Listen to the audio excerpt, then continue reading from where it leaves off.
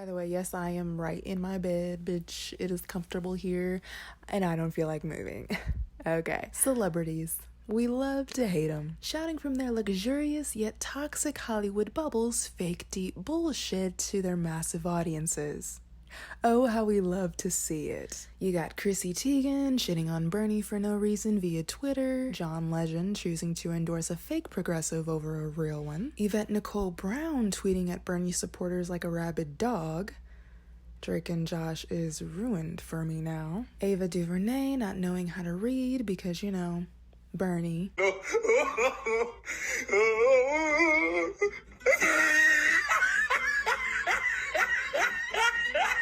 Kristen Bell and Reese Witherspoon defending Ellen being besties with a war criminal because why can't we all just get along? Ellen being Ellen. Of course, that god-awful Imagine video with all those celebrities singing off-key. Not to mention the more recent I Take Responsibility video that caused me to cringe, I think the hardest I've ever cringed in my life. And of course the endless glorifying of Obama because he was our first black president, which completely negates the drone striking of innocent civilians, not doing a damn thing for the black community, and being a neoliberal corporatist. Because hey, he wasn't as shitty as Trump. You know, as a kid, I used to really idolize these people.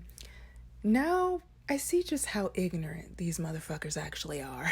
So what prompted me to make this video was that I was casually scrolling through the hell site that is Twitter, and I stumbled across a tweet from Billie Eilish's brother Phineas, whom I usually enjoy. He's a very talented musician who's helped write a lot of phenomenal songs. The tweet I saw amused me because he was essentially making fun of those rhythmless Trump supporters that were standing in line for Trump's Tulsa rally or whatever. And I realized I was following him on Instagram but not on Twitter, so I went to his page and decided to look at his recent tweets to see if there was anything else that was funny. I didn't make it a full scroll down until I came across the most neoliberal cuck bullshit I've ever seen from someone under the age of 25. This is the bullshit he retweeted. Bernie Sanders, vote for Joe Biden. Angela Davis, vote for Joe Biden. Noam Chomsky, vote for Joe Biden.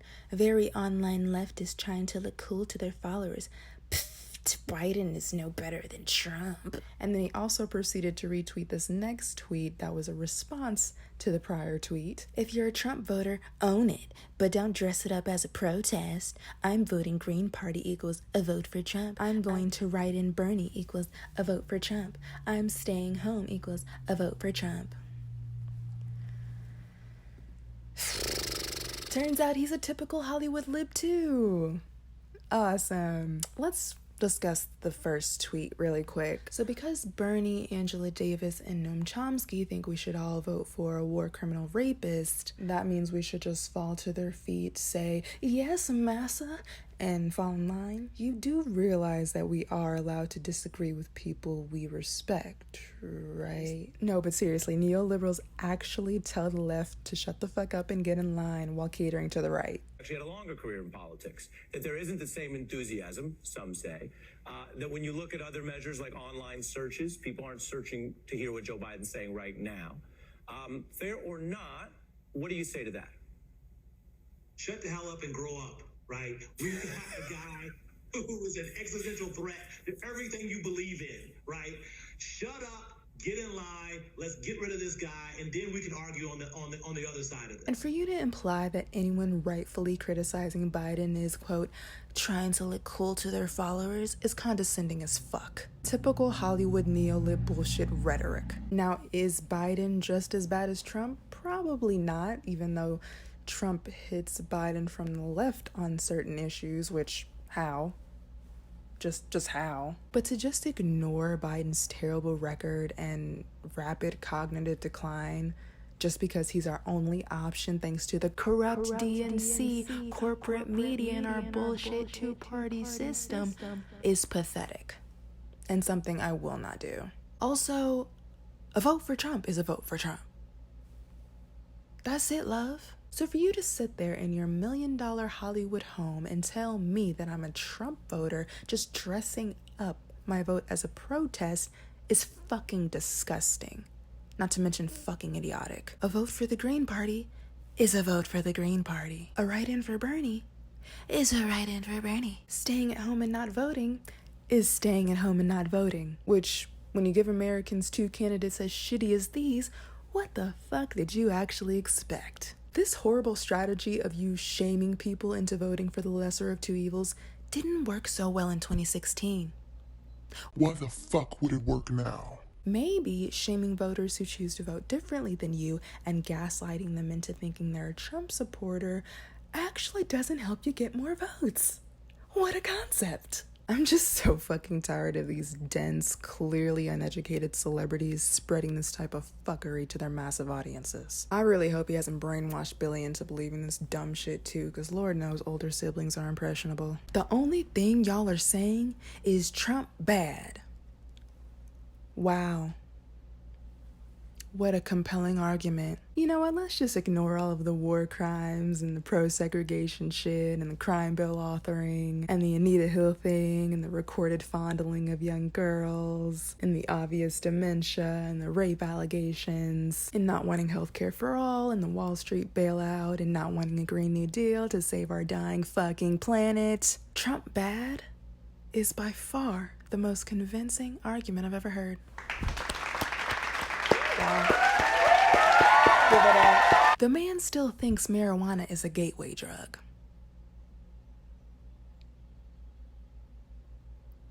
Okay. Look, I want that stupid orange fascist out of office as much as you do, if not more. I don't even want to think about what another 4 years under the Trump administration could bring. But I need you guys to get this through your thick fucking skulls. If you wanted me to vote for a Democratic presidential candidate, you should have chosen a better candidate. We had one. He was in the lead for a while. And then your beloved Obama made some calls and got the rest of the establishment candidates to endorse a racist with dementia. Yeah, that was Obama. Also, doesn't surprise me at all that he has his Twitter header set as a meaningless Obama tweet. Don't even get me started on that fucking fraud. Can I get some water? Come on up here. I want a glass of water. Get a bottle. Bottle water. I want a glass of water. Everybody settle down. This is a feisty crowd. Thank you. I really did need a glass of water. This is not a stunt. What? He wet his lips. He did not drink it. He didn't sip it. He wet his lips. There was an audible gasp in the audience. People were just like absolutely dejected. Why would you do that? I am sure that somewhere when I was 2 years old, I was taking a chip of paint, tasting it, and I got some lead. Yeah, that's like talking about like, well, I didn't wear a seatbelt and I'm fine. It's like, but there were tons of people that died. Backstage, the president, sitting at the table with the criminal governor, decided to perform his stunt all over again. You know, generally I have not been doing stunts here, but, you know. That's not what I expected. That's what Snyder did.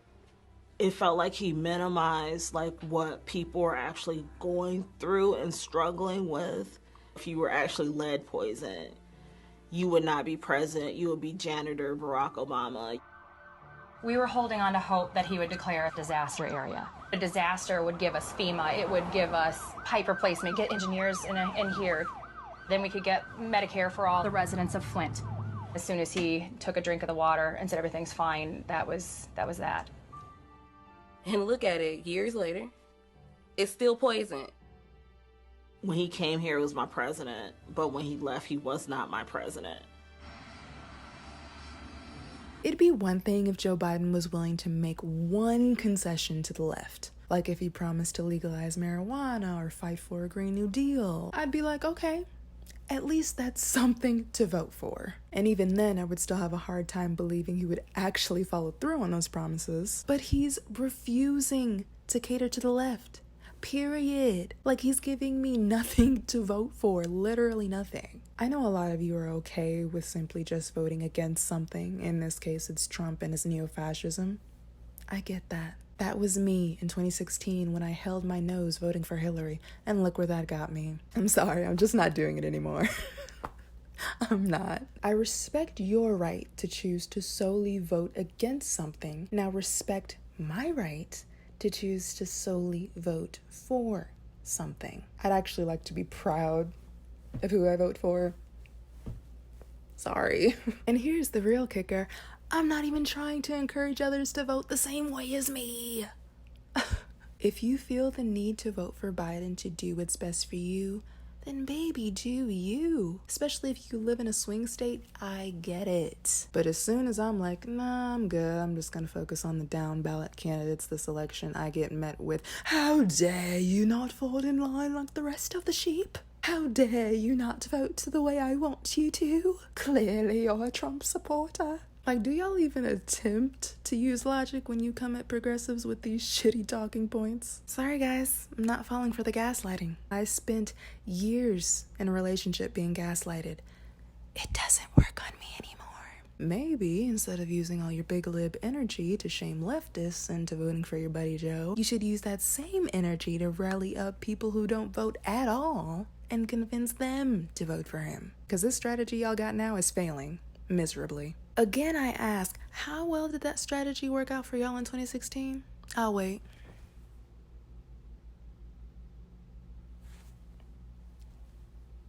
Motherfuckers like Joe Biden are what led us to Trump in the first place. Like, are y'all not paying attention on purpose? Or Joe Biden stands for nothing. Literally nothing. The only issue I've seen him run on is that he's not Trump. And that he'll beat him like a drum. Okay. I live in a blue state, okay? I'm good. One person with a minuscule platform that lives in a blue state who's not even encouraging anyone else to vote Green Party or not vote at all does not have the capability of altering the course of an entire general election. So cut the fucking bullshit. Although I'm flattered that you think I have that much power. Wow. Thank you. 40% of eligible voters did not vote in 2016. Instead of being angry at them, maybe you should take some time to think about why that number was so large and what the fuck we're gonna do about it. I highly recommend you guys check out Nappy Headed Jojoba's channel here on YouTube. She is another leftist in a blue state who's choosing not to vote for Biden, and her videos are really insightful. I also recommend you guys check out Patriot Act with Hassan Minhaj, either on Netflix or YouTube. Specifically, one of the most recent episodes titled We're Doing Elections Wrong. It discusses in detail how we ended up with these two terrible choices for president because of our garbage two-party system, and why we absolutely need ranked choice voting. And I'm gonna link an article from The Intercept down in the description box below that goes into detail on why not voting isn't just a privileged white people thing. And remember, kids, vote blue no matter who has never worked out for the working class. There's a reason why it's said by mostly rich blue checks on Twitter. But I sincerely hope you guys can get Trump out of the White House. You don't need me. Have some confidence in your candidate, for Christ's sake. And with Trump fucking up this pandemic so badly, Biden actually has a fighting chance now. Check the polls. No, really, I mean, he's doing pretty well against Trump in recent polls. I mean, things could change between now and November, so who knows? But I think this pandemic low-key might have been a blessing for y'all. Maybe for all of us. I don't know. Here's what I suggest be your new strategy. Try and convince actual non-voters to vote for your candidate, and maybe make sure Handsy Joe stays hidden as much as possible until November 3rd because he can't form a coherent sentence. It worked for him in the primary. I don't see why it wouldn't work for him in the general. I'll just be over here focusing on the House, the Senate, and my local elections, which are also important. Probably more important. And if you have a problem with that, just remember, I don't give a fuck.